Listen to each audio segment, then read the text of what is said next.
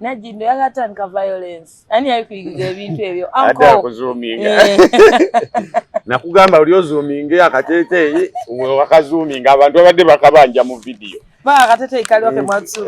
Nkanoonya nange mu video nziremu nkalabe. Mune seno mwana gwe mwana nge gwese nasinya. Se buli kimu kyolina kikola. Tiisa mwana. Ate bakulu muyina ebintu ebyo gyendi jojja oli mwana wa buwala kamera okatunamu gela tokaddiye nnyo kafiruta nina olo video gye nwadde nkola ku TikTok Adamu yagala kuloga omwana nga negwe kwefu toyinayo kufiruta tolina mwereka smartphone ojagaza nemugakati why do I filter myself ekigambo filter kitegeza kasengejja sesegeza kati the word the things that are not good, like maybe the bad skin. Not good for who? For us, the viewers. Nze kirungi sikolera ba viewers nkolera ba listeners. Then you're not supposed to be on TV, you're not supposed to be ati chovola abanesi bannyo ku bigambo okusinga endabika. Kuba ebyaddala nze ambudde we mussa mu kulabika era by the way nze mu bintu bye neebaza Mukama kuntonda nga ndi musajja. Boy, it takes a lot to look like a woman. It takes a lot to look like a woman, but it takes hard work to be a man. To be a man, I need to work hard so that we look good. Ne boy, mukole emirimu mingi. Fetatufayo. Era Katonda abatuwa bwati ku ssente nga mweze mulina abasajja. Ate musola zikola kuba obudde bwammwe obusinga mumala mukulabika bulungi. Si yazenze nakula neebuuza ddala omukazi kiki ekikubeeza mu kinaabiro for more than 5 minutes? Because sibanyi lwe nali mbadde mu kinaabiro more than 5 minutes. Kati ezo 5 minutes oziraba zokka ziyinza okuba zirikola ku face. Olaba katulira wano bye twakoogera mba nvuddeyo mu kinaabiro. Seriously. Olaba nayanguwanga luli nga nkyali mirimu gino ejjaffe ejjajjuwakaali. Ni kati essaawa zino okeera ku BBS n'oproducinga show n'ovaawo n'ojja mu... Nali njogera ne mukwano gwange Prim ku simu. Obudde bwali buwungedde. Twayogerera for some time. Prim akola ku radio NRG. Ne mugamba nangamba kale good night kangende naabe neebake. Ne mugamba okay. Kati I didn't ask for a reason, but she told me because you know why I don't want to miss showering before bed because it is I scrub at night. There's something that I do that tukyogera nko tukidiscussing eko. Tinebwe mba nkoye nnyo kati olaba nze naaba ku makya nga nzija. Nenva wano nengenda mu gym. After gym, by all means oba olina okunaaba. Kuba bw'oswetinze. No, like me, I drive to my gym, then I move nenzire ewaka nennaaba. Okay. By all means, newe mba nkoye nti amani n'okunaaba. Kuba already oba oswetinze, it is just uncomfortable. Kati we malo naaba, then nenfuluma ewaka nengenda akola emirimu gyange. Nenkomawo. Masobola okwebaka obwebasi. I would just do the little cleaning and then sleep. Because naye nziramu nennaaba, scrubbing. Why? Because kumacha tesaga kuddamu kwekuuta nnyo because I'm going to waste time in the bathroom. There's something kyangamba. Ekiro nnina okuscrubbing. Is okwekuuta is like thorough kwekuuta. Nofuna ekyangwe. Buli omu akifune. Kati ekiro because it takes time for us women to scrub very well and clean. Kati obuta wasting a time kumacha because naye akeera kumacha. Waliwo enjawulo wakati w'okwekuuta n'okuscrubbing. Wekuuta weekuuti wano. Anti kati kumacha sobola n'ofuna katawero obutawero. Ne katekako sabuni neeyisaako just kujjako olutuuyo lwa kiro. Nengenda. Era eyo sigibalanga nti naabye. Mba sikibala bulungi nti naabye nentukula. Because eba chap kumacha I don't want to waste time. Kati chap kati chap eba dakika nga mmeka. Kuba kakati let me tell you nzuka saa 11. Nemba njagala 30 minutes ezo. Mwe muba okunaaba, mwe muba n'okwetegeka, mwe muba osimbuleko 10 mu kitundu. oba osimbule ku 12. No, 30 minutes kweisako. Kano ke weisako ka 30 minutes. Then brushing. La tahawula. Brushing then akenisa kwa masa isiza kunyesha atwalisa ganama. Then cleansing my face. Dinda ko chap yo ya dakika 3. Allah. Barakallahu fikum. Ku Sunday Idi. Ala nginda kusanga y'ekisolo. Because chap yo ba dakika 3. Ati nze nazuukuka ko lumu. Olunaku lw'otsiri lwerabira. Samukazi bwe yankubirako essimu ku ssaawa mukaago gw'ekiro. Nangamba enkya ogenda kutulira mu Patrick. Tali wafunye emergency. Nimugamba enkya otegeeza nkyaki. Nangamba ziri saa 6. Show yabwe etandika ku ssaawa 12. So between now and 12 kyentegeeza. But by then nalina omuze nga nkyali single. Nga ndaba nnyo firimu. Kati nga tezirabira mu ddiiro mu ntebe. Nga n'obuliri nabujjayo namalako ebbanga nga sisula mu kitanda. Nansula mu ntebe. Kati kyenakola natereza butereza katoni n'ebikka. Firimu esigala endaba paka ku makya. Kaakati obwongo buno bulina engeri gye bukuzuukusaamu. Nakuba nali saamanyira nali sizuukuka ssaawa ezo. Nali nga nzuukuka 7 alamu zaabwe zaalinga zikuba. Kati obwongo budde enguluwe butindo something echoed. Nti olina okuba nga ozuukusa. N'esooka mpawa mu kabwenji. Ngendo gitunulako essaawa nga ziri saa 12 zaziri saa 11 n'eddakiika 5. You only have 10 minutes okumpeo. Nsula nabweru. Nina eddakiika 10 okunaaba, okwambala, okufubutukayo nnoonye boda endeeta mu ddakiika 10. Nga seza allowance ani Sebunya bagera giteekamu ya nnyimba 2 z'eddakiika aga. Ati zagenda okukwera ssaawa 11 n'eddakiika 57. Boyi nga ndi ku bbala. Tewanaaba. Nanaaba. Kuba nali nsula amabega w'akasaawe k'ennabweru. Kati zagenda owera in 7 minutes. Kuba nazikebera nako ng'onyimirizo wa boda. Nali mmaze okunaaba nga nyambadde kuba kwambala essaati yonna gyambala bwenfuluma nga bwensibawo. In 7 minutes nali ku bbala. Neze nomode baga nti ndudde mu kinaabiro.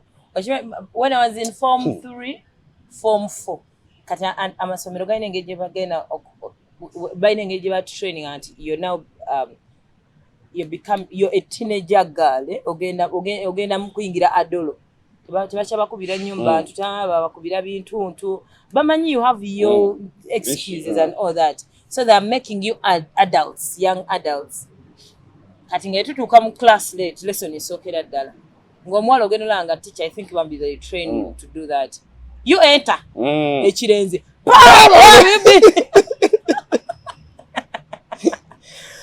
Toyina kunaaba nnyo kikikuliisayo. Naffe ng'ojja. Era nze ne bino ebintu bya okwekolaakolako bino weesigesige bizigo ebyo.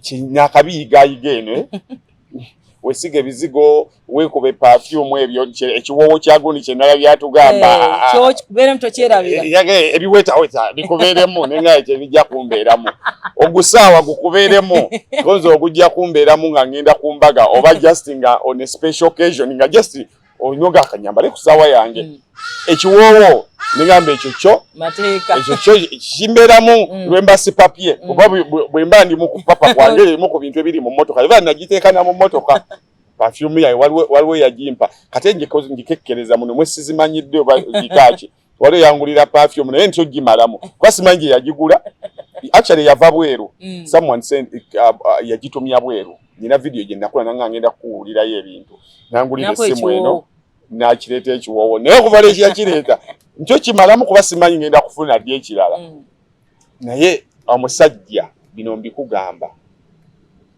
it is abnormal okumala eddakiika 3 mu kinaabiro. What are you doing there? Nawulirako uncle wange And this is a chat president now yako anko wange danga yembisa mukazi we. Agenda ofuluma mnyu anko wange avuza agenda. Namwe lero njaga nkuyigirizeeko lesson. Nakugambye. Anko wange akyebasi. Mumaliriza tanana anko wange. Anti wange. Ndio chataka bana. Anko wange nazuka. Neteka nayambala nafuluma. N'abalinda mu motoka abantu abasosozza okuka n'agenda balinya boda oyo nategeka abaana oboyinza omusaasirako agasseko tegeka abaana n'okufumba eziddakika yinza obutegeeza ati maama w'oyo anansonyiwa nne bw'oba wa Luganda laffe obeera content maama w'oyo ayingira mu kinaabiro n'anaaba for an hour bw'amaliriza okunaaba esinga okunyiiza bw'avaayo atavaayo atuuyayo ng'emirimu gy'akoze ng'amaze okunaaba agenda ofuluma yeewujja. Jjukira olina okutandika okukola skin care ogenda ovaayo ng'otuuyanye then ekyamwe temulongoosa bathroom fe ate olina oginaabiramu ate omala ogirongoose ate anyway, women are women. Musajja akola sente. Weewuunya era abasajja baagala ofuuka abakazi gye mujja si byangu. Si byangu. Feno kitukola ekintu eki. Kukola sente. Noonya sente. I know. Kimala. Kale kakati hopefully you guys are good. Naye muli bulungi nnyo okuba namwe ekibozi mwakijoyininze dda. You also imagine mukazi aluweewo akadawuliranga abasajja tebakyagala twalako bakazi kyekibaguzisa emmotoka bbiri n'ogamba bali ku mizigo ki ekibaguza emmotoka bbiri bali ku muzigo musajja n'agamba olaba ekigambo ky'emmotoka ey'okuyitwa ekiteesaako buli omu abeere n'emmotoka ye kuba nze nja kufa n'omuntu n'okuba nemwe piipi n'alingiza ng'akyesibyeko n'akantu k'oku mutwe ekiwaliwo ekyo ekintu ekyesimayi bwe mukiyita ekyo kye mwambala ekyo n'alingiza mukami nzijja naawe n'ogamba lahaw ng'akyalina n'akaleesu akasiri eno waggulu watannayambala kabuti nno kyanoonya ngoye ate mbadde nnoonya engoye nendaba wano ekimuli ekyokufukirira twerabiro kifu genda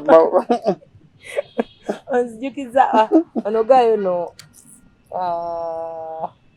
I'm forgetting him. Njamujjukira yabuzi hosting akaana akato young baby girl ankalinga Steve Harvey akagamba yagamba who planned your dress code and all that yasona akabuza do you have a lot of clothes nekagamba yes a whole closet bichi nakagamba kati ani yakulondeddemu olugoye olw'okwambala no we had to buy a new one Namugamba, but you said you have a lot of clothes. I couldn't find what to put on.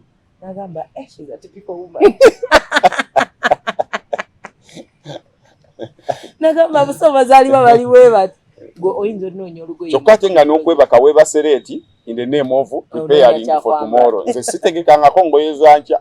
Ze nsangawo zijjayo ja Anyway, episode of Singa ngena nembagamba will be part of the conversation. If you have any question, go ahead. If you have to comment, please go ahead. You and us, we are part of this conversation.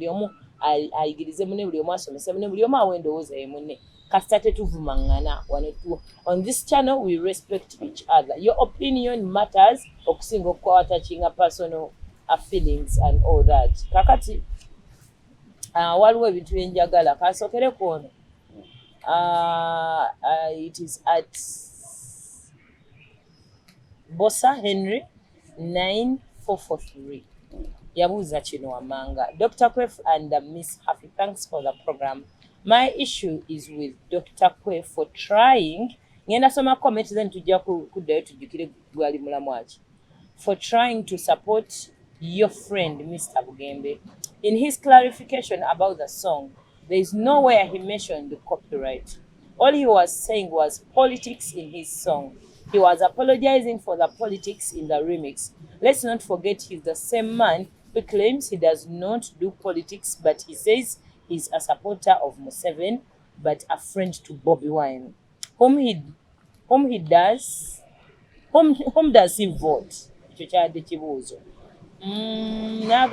The two are extremes of one another.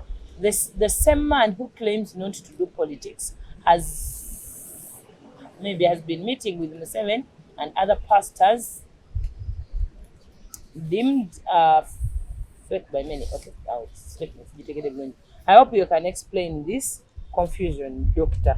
I think this is a comment yali ku luyimba wetwayogerera ku luyimba Rain okudda mu luyimba lwa Pastor Bugembe. Yeah. Agamba for you wali onyonyola nanyonyola ku bubbi wanyonyola the politics in the song. Yes. Yet wetuddayo mu video ya Pastor yali agamba bane sagala bya bufuzi Pastor teyayogera ku bubbi. Teyayogera ku bubbi bwa luyimba. Obubbi kale katukisaming up as copyright. Yeah. Because when you twala oluyimba lw'omuntu nga talugize oba violating the rights of copyright. Yeah. No, ebintu byombi nabyogerako. Negamba one, ekiyombya Pastor Bugembe is the using of his song nga tebamutegeezezaako nga tebamusabye. Okitegedde nti nga tetunayombera politics because kati offe wano. Because actually I watched the video. Pastor Bugembe, there is nowhere he's mentioning nti Rain notaasala luyimba lwange. Maybe ono naye kyabuuza. But waliwo ekiyombo nga kisaaminze up ebiyombo nga bibiri. Kisooka Pastor Bugembe bw'akaayana nti gundi yakozesezza oluyimba, there is nowhere we sat. Yeah. And we decided this.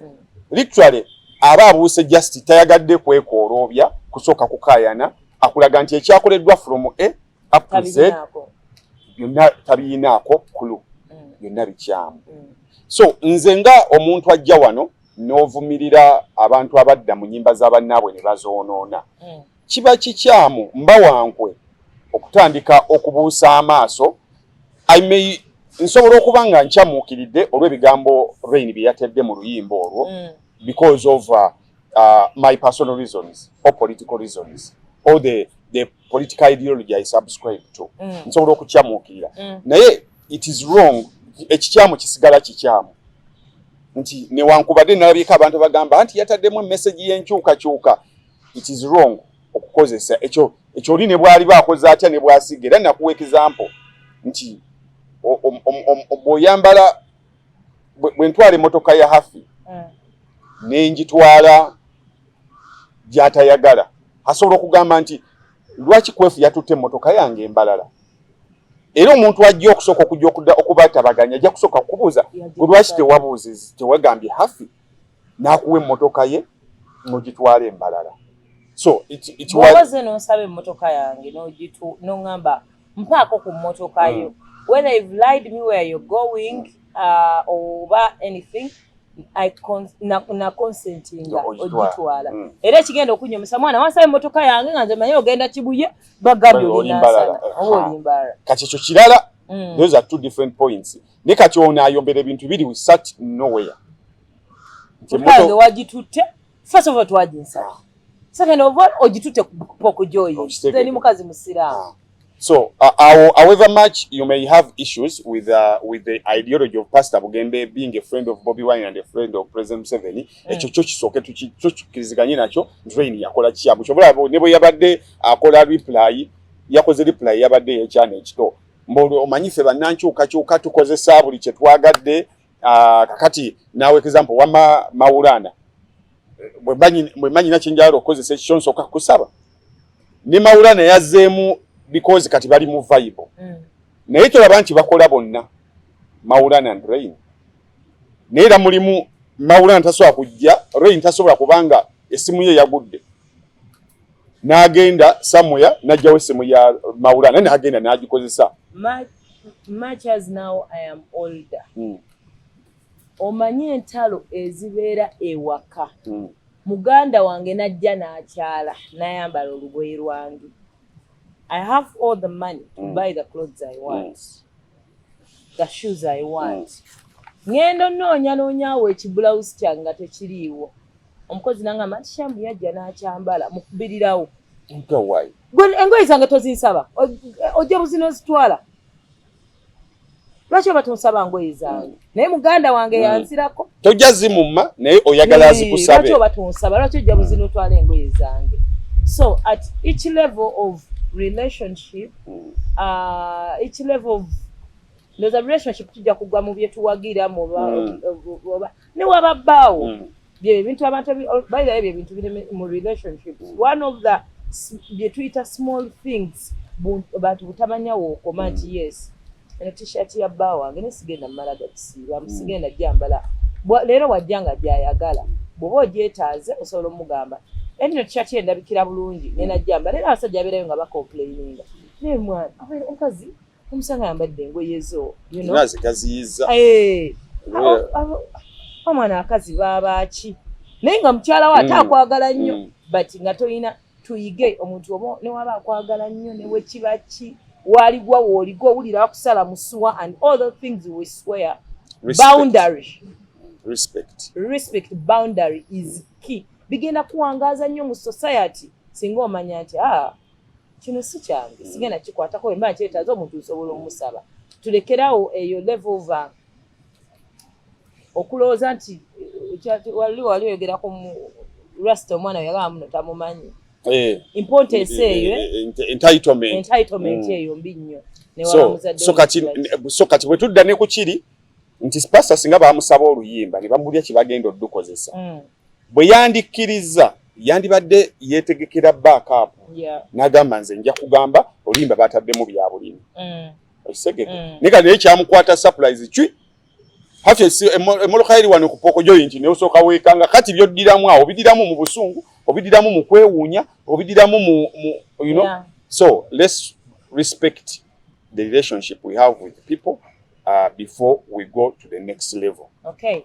Kale waliwo kira kyensaba actually ekyo kankigaterumu Pastor Bugembe statement naye gyakola yakola statement konaga I'm not political nze pastor tewayise ebbanga ne wajjawo ekyamusisimudde okumujja mu comfort zone eya I am pastor nga basindika abantu ababadde nansana awo tugenda kumwe tujja okusembayo buli muntu you are political boyagala oba toyagala at Maria Styles yabuza what Dr. Nehafi, thanks for the show. We are a big boys. We are big boys in downtown Dubai watching. Dr. Twagala tutangazamu. We had a discussion last 2 days ng'abamu bagamba akaseera Bobi Wine keya kamala mu politics asinze Dr. Besigye ebbanga lyonna lyabaddewo. We shall be grateful sebo. Soko tuwulije Dr. Besigye yakamala. Dr. Besigye ajjadde tandika okuvuganya President Museveni. Dr. Besigye ajja 2 wasooka okwesimbawo. Guno goko guwedde gwatesimbyewo. 2 2 2 6 2 6 211 ne 216 emirundi ena Dr. Besigye yesimbawo. Kakati simanyi mwagala kyannema okutegeera mwagala kupima olupimo mwagala ddusaawa because kibi nnyo okulireetinga nti bw'oba ogamba nti hafi ye muwala asinga obulungi ku TV. Obulungi kati obulungi n'okomaawo obulungi mu bigambo obulungi mu ndabika obulungi kati olupimo lwammwe lwannema okutegeera because bwe muba mupima ku bantu nti gundi yasinza okuattractinga numbers those numbers zibaddengawo ekyo kyenaga nti numbers tezikyuka numbers Museveni ezamuwagira by then on ratio of the population of the country zaali nnene nnyo era ne mulimu abaafiiramu bangi nnyo bw'ogenda Luweero obuwanga gye buli. Then bw'ogenda ku Paulo Kawanga Ssemwogerere numbers naye zaamuwagira zaali ishi kuba ate ye Museveni baali bakyamwagala. Then 2 numbers zaali nnene 2 numbers zaali nnene. So I think sirowooza nti Bobi Wine ayina numbers ennyo zaafunye ezitali Besigye zaatafunangako because lwaki gamba bwekyo the same problems Besigye yali ayogera they are the same problems also basing ku factors gyeziri. One, ratio ya population. Ekirala nga bwe nagamba abavubuka ogikebaga mno Bobi Wine yasombye abavubuka batwala mu kyalo. Eyinza okuba ne ku mulembe gwa Besigye waliwo abavubuka naye abaali bakola abaali active nga bakola ng'emirimu gikyaliwo. Kati ojja kwesanga nti nze nandibadde singa mbadde n'omulimu gwekola nandibadde sigobera Bobi Wine gy'alaga. Oba nfuna nga bw'atuuza campaign tetugenda kujja kubanga tulina bye tukola, but wali ate we tugenda mu box nsobola okugenda n'ennonda gwe njagala. You get kati n'ekirala enjawulo mpozzi wenze if I am to ask a question, I believe I don't know then nti abavubuka kati they are actively in politics compared ne luli abavubuka b'ebiseera ebyo bali active because fe mu 2026 we are young, we are not the bavubuka. So the bavubuka of that time we are the mabikezi, we are the mabike group yonna bali abavubuka b'ebiseera ebyo era bali bangi osegede be bavubuka ba Sebagala osegede. So it is kikyamu enjawulo yo kaji nyinzo okulaba ebaawukanya nti Besigye yakola nnyo ku local scene. Oh yeah. Ku local scene wano era Bobi Wine kyovola batakozesezza maanyi mangi nnyo ku local scene nti yagenza okujja ng'olwedde eri cultivated. So kubibegabega bya Besigye Bobi Wine kwayimiridde okusobola okulengera international. Kuba kyali kalubiridde nnyo Bobi Wine singa yajja ng'emabega wali tewabaddewo Besigye nti bw'oba osoma nationalism abasoma history nationalism levels nationalism gwe mutima gw'okwagala enkyukakyuka. Omuti gumu ogwo bazimba muzimbe kakati toyina bw'ogamba nti wamma kwefu twagala kumanya kuyazimba omusingi neyasereka ani wamma asinga okuba omugaso ku nnyumba. Kati ekyo kizibu omuntu tasobola nti bonna bamugaso nti owakasolya yali tasobola kukassaako. Omanyi ekintu bw'onootandika okuzimba ekintu ekyasira okunyiiza ku kuzimba ennyumba osobola ogissaako ssente okuva ku musingi mpaka ku bbiimu neyita ku madirisa negenda ku bbiimu. Bwetuuka ku bbiimu n'obulwa ssente ezigisereka oba tolina nnyumba kubanga bw'ogibeeramu enkuba bw'etonnya tolina kweggama wa neighbor. No, what I just said, I was hearing people saying, and you make away again, Jikuba, Jibika, and go again, Jikuba, Jisereke. So, Kati, Waligami nti kasita mmala okuzimba ssente zino zonna ze oba tolina nnyumba n'ontatiru ng'okoze ki ng'ogitaddeko akasolya. So bonna tebannagissaako kasolya, bonna bombi tebannagissa, ekyo bakyenkanyi kubanga the goal of both of them is to remove the ruling government.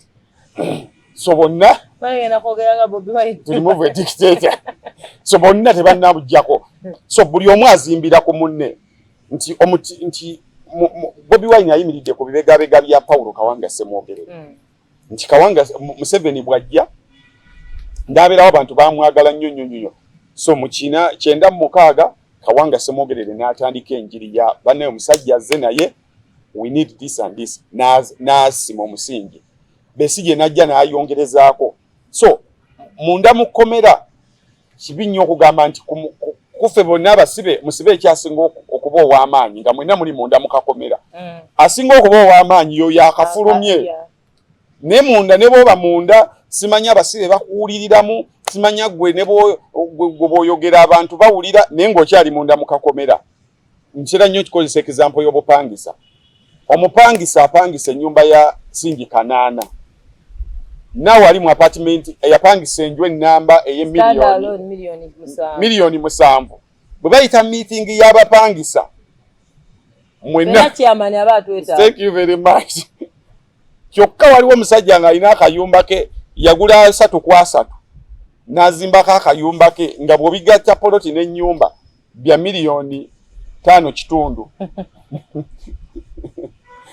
Oyo bw'abayitako awo munnamateeka gonna nalabye saidi zeeyo eng'ewaffe Kabalagala bwe baafulumiza mu amaka malamba n'apangisa stand alone ng'amanja miliyoni 26 banyondo bakoti balinnya ekikomera ahe nalowooza oba basaaga naga muguleewo naga okugulawo natandika do you know who are joking with n'abalaga mbu ye looya bakakubye ne bakamenya mami nga munene nnyo ali ati ne mukyala we n'aba bambi ne bakanyuga ebintu byeffe. It's not funny but the comfortability omuntu ngagula ekikomera ekyo it feels like over his house. How do you compare 26 million nga muneto omusasula? So saagala muddeeyo mukubaganye ebirowoozo kwani asinga kuba w'amaanyi. Buli omu ayina wayambira munne nti kyobula bambuzaako lumu nti bamukaaku balina bye bayambira Nuupu ne bagamba yes. Ebiseera Nuupu we yatandikira buli muntu yateekako eddoboozi nti bannange Nuupu ne waba yatuuka eno maaso n'agivaako ettafaali entandikwa eyo okitegedde whatever their intentions were but tubala nti at least baagiwaamu omuliro. So entamu ewulira muliro gusooka kuba guba kuvumbeera awo naffe kennyini abaagala enkyukakyuka singa bano nabo bajja kumala budde. Let's tuve ku ezo talk ezo nziyita loose talk eza gundi ne gundi ani asinga. Tuziveeko, let's discuss principles of the two people. Segedde nti Besigye ne waliwo abamumoking ennaku zino mbweyo gyatambulira mbwawuba abantu tebakyajja you know the Besigye is one of the greatest pillars. The greatest pillars. His name deserves some respect. Waliwo abagamba Besigye yaggwamu akolera Museveni no bagamba waayo Besigye waba akolera Museveni lwaki tebaatuukayo akaseera ne bawaanyisaamu ne bagamba mufuneyo n'omulala nammwe yabadde lwabakubatiya gas. So let's respect these people. Atuleme kubassa ku minzaani kimalamu nnyo amaanyi. Bonna golo yaabwe yakuggyako Museveni ne bonna tebannagituukiriza. Besigye Kawanga Ssemogerere yasima omusingi Besigye najja n'ayongerezaako Bobi Wine alina kyazze kyatadde kayinza okuba yazze n'azimba kati tuli ku madinisa kubanga Kawanga yakola nnyo mu bantu by then. Besigye Lokosini n'agigumiza bulungi nnyo. Bobi Wine we yazze ye n'agamba kati kangatteko international scene. Era ku international scene tewali yamusinze because enduulu gyakubye ku international scene ebadde y'amaanyi yerese bintu bingi nnyo zi sanctions olabe sawa zino ebbugumu eririwo teribangawo ku international scene. Nati yandibadde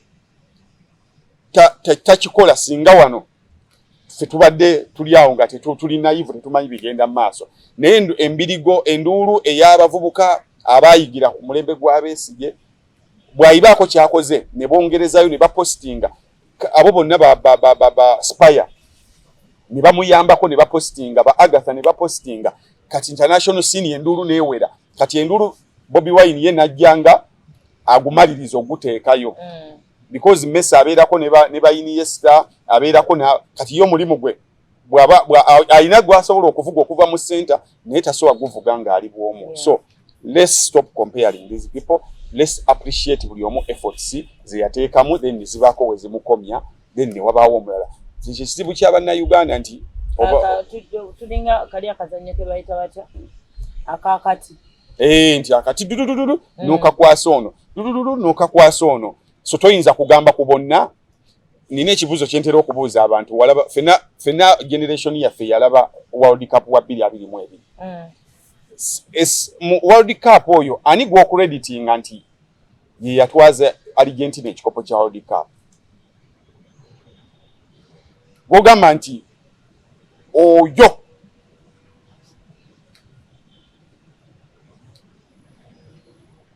Messi omusajja wa Messi wantega answer naye Messi bw'ona ogamba nti bannange ku Messi ne Martinez Dibo ani yatwaza Argentina ekikopo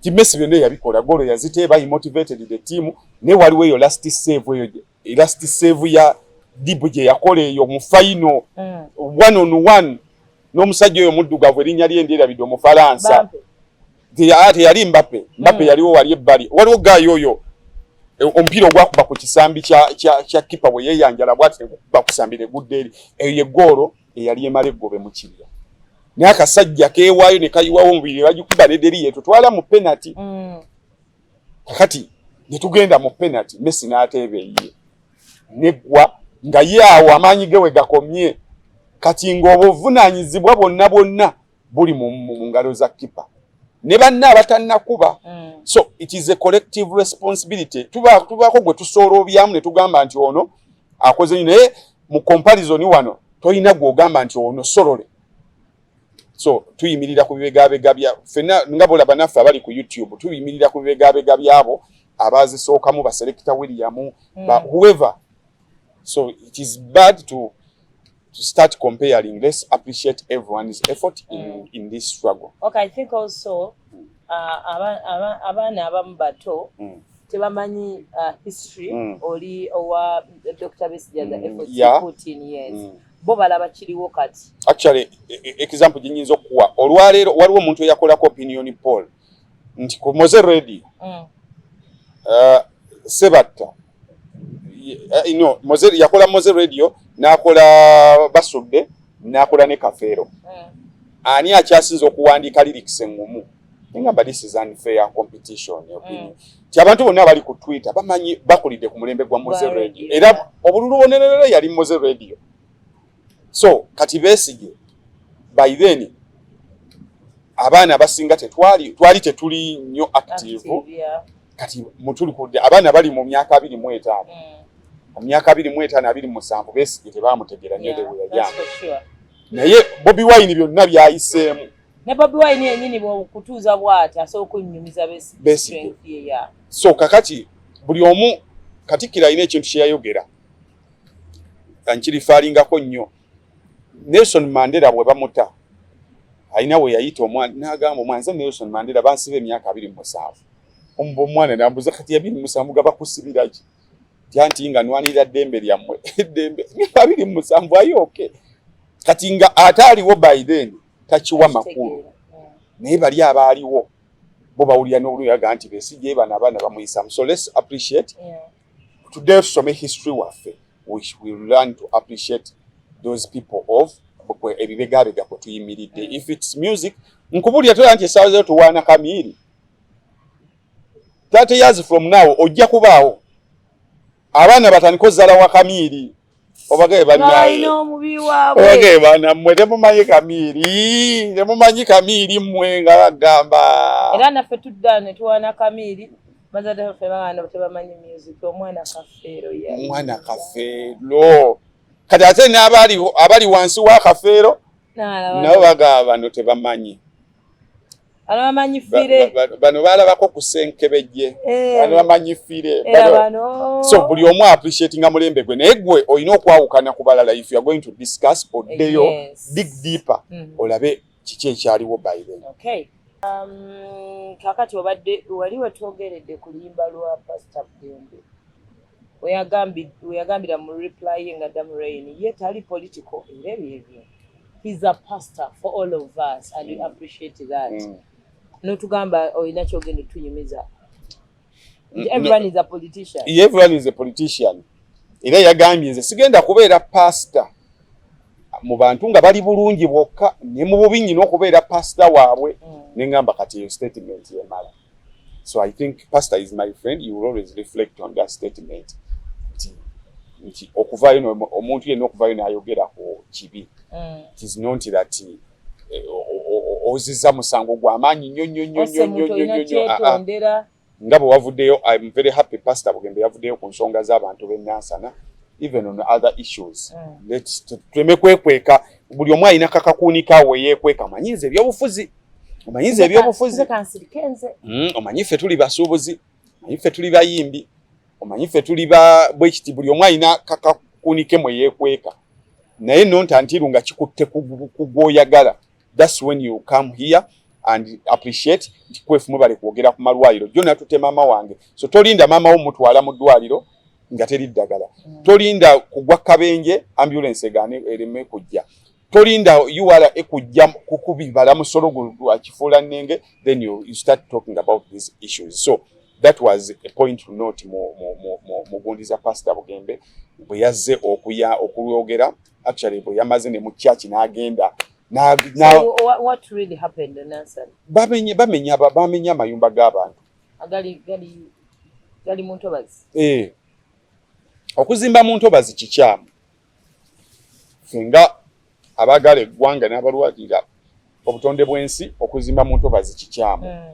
Ye mbeera ye njagala katono nnyo olina amaka wazimba ontwaleko mu process ey'okugula ettaka, okwataininga ekyapa. Abantu bano babeera luddawa okuŋŋamba nze aguze nti ekyapa kino kiri mu Ntobazi. Kakati okutuuka okuleeta kiweetiiye ng'abantu beebasse n'obayoola. Ekibuuzo kigenda gye bali nenze process nja gikuyisaamu nti omuntu bakulabira ettaka. Bwe bakulabira ettaka ne bakuyisaamu mu saaki n'ogenda bw'oba biba bya kyapa n'osooka bakuwa block number n'ogenda n'okola saaki n'omanya nti ekyapa kiri mu mannya Gahafi era yanguza.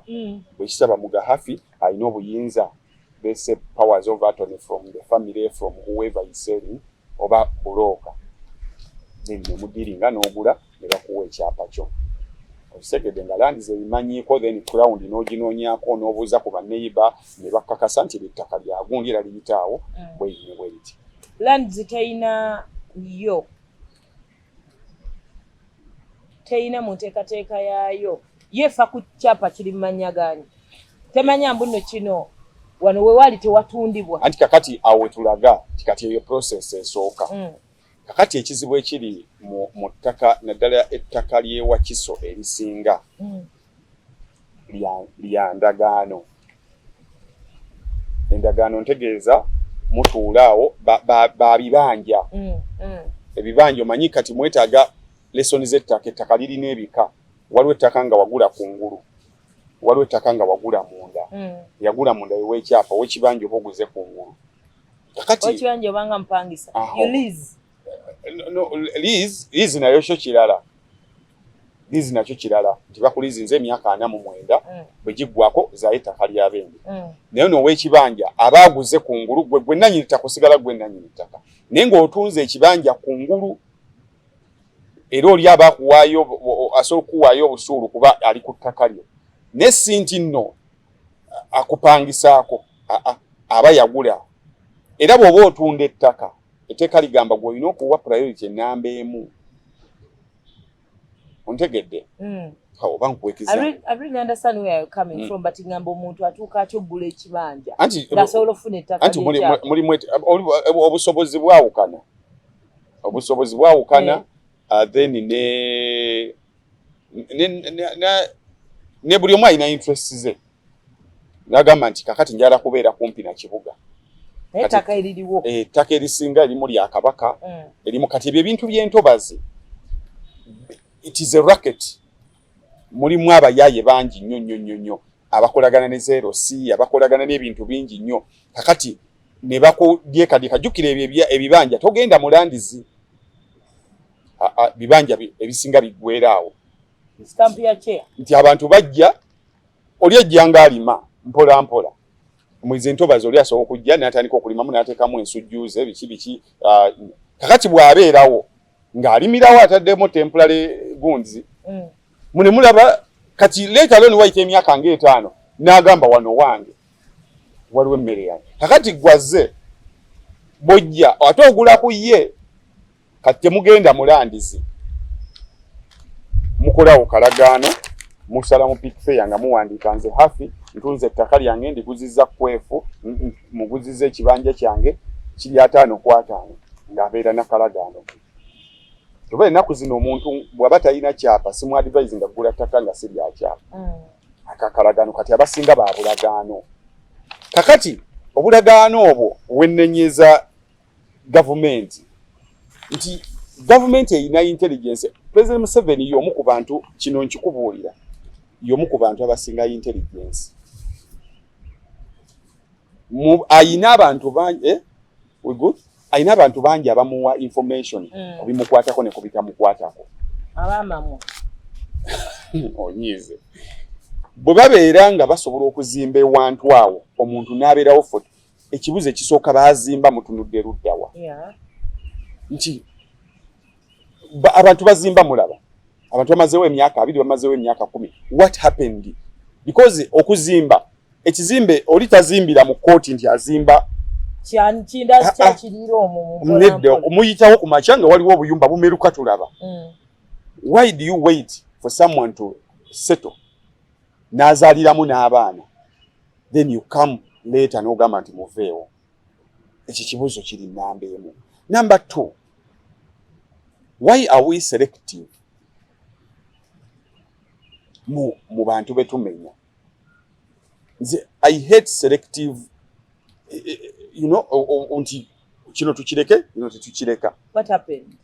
Bwe tuba tuli bakugoba bantu mu ntobazi, oli muntu agobwe mu ntobazi. Nti you can't let Starbucks stay. Bonna bali mu same area. Nti ekyalo mukimenya ne mwakiwane police. Osegere ekyalo government kyetemanyi. Bachiwa abantu aliwo omuvenyi wa mateeka mwabawane police nti wabaawo ebizibu bya babiri opawo tusobola lwaki obawa police ngomanyi bamenya mateeka police ina gundi mweyita bwe muba munafuna police ku kyalo mulimu ekyalo kiina homesteads meka kiri mu mateeka size mwabawera police mwali mukkiriza nti we bali mu mateeka nene police eri mu lutoba zitebannagimenya yo not system agibawa ne batuwa ensonga mbuno police tukyateeseganya nayo Starbucks yasaba olukusa tukyayitamu. Why do you accept okubeera selective? Bwe tuva mu abaana bazizza omusango naye oli ye ayina engeri gy'alina okuzzaamu okisegedde. So mwena mwatolose naye mwe eyayise mu dirisa sookere ku ggwe ono yatolose yamenye luggi lwa maaso kutoloka kubeera ku ki kutoloka away from Nansana yokka, even other areas. Yeah. Other areas waliwo hoteli ez'amaanyi, waliwo amayumba ag'amaanyi naddala mu Wakisoomu nga bali mu ntobazi. Nze neewuunya ennyumba gyetazimbika okkeera ku makya. You know? Wano wabadde ogamba ne bw'obeera ng'osula mu kayumba ka $50 n'ettaka lyo nga buli kimu kiggweeraawo. Ossa ekikkowe n'ogamba ekyennyumba nkimaze. So nga temunnaddamu bibuuzo ebyo bibiri. Bazimba mutunudde luddawa ande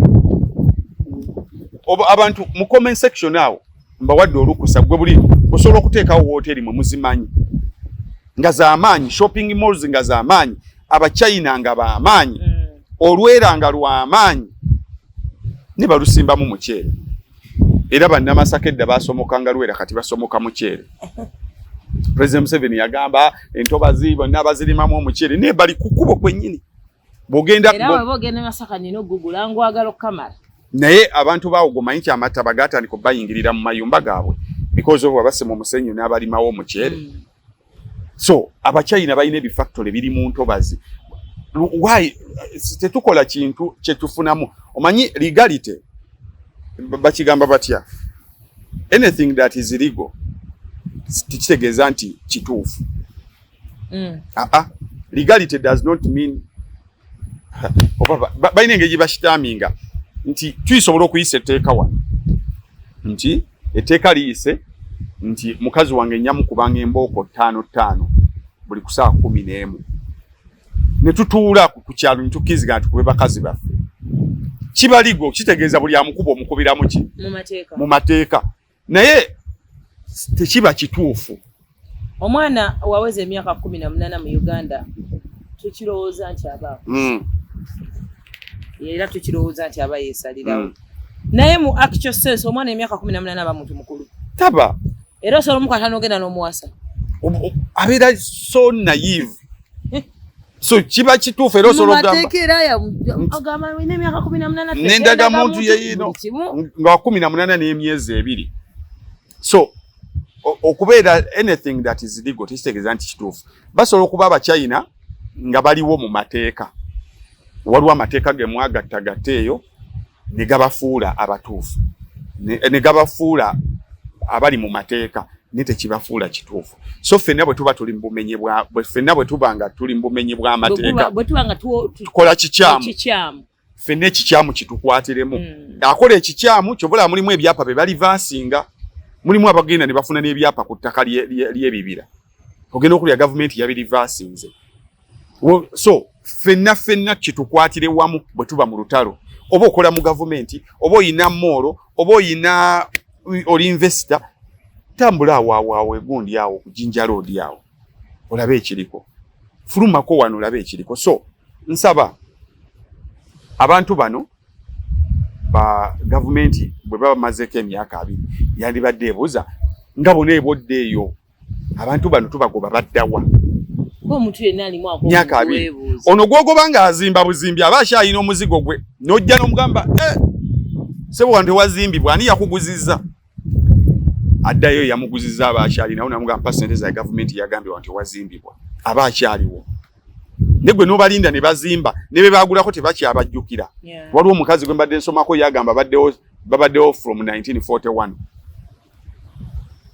so nga government how do you handle those people government yatugamba wano nti omuntu bwabeera ku ttaka lyo okumala emyaka 12 simanya naye abeera ayina oba afuuse mutuuze tomala gamugobako so kakati mwembwa mukubiika abantu emyaka 2 nga temubabulidde najje badda mbabuulira Walukaga alina oluyimba lugamba omusumba w'ekitagata mu Ggandulo oli musanga akalakala nalipo so ababaka bafa ba parliament ennyimba 2 z'empuliriza ennaku zino oluyimba olumu baluyita palamenti yaffe lwa Walukaga olwokubiri baluyita engo y'ekiggwa lwa Fred Sebatta ennyimba ezo buli mubaka wa parliament zikubeeremu ennyimba 2 palamenti yaffe buli mubaka wa parliament woli era kantujja na kasalamu katambule kabatuukeko buli mubaka wa parliament woli ennyimba 2 zikubeeremu palamenti yaffe olwa Mathias Walukaga zibyogera byonna n'oluyimba baluyita engo y'ekiggwa olwa Fred Sebatta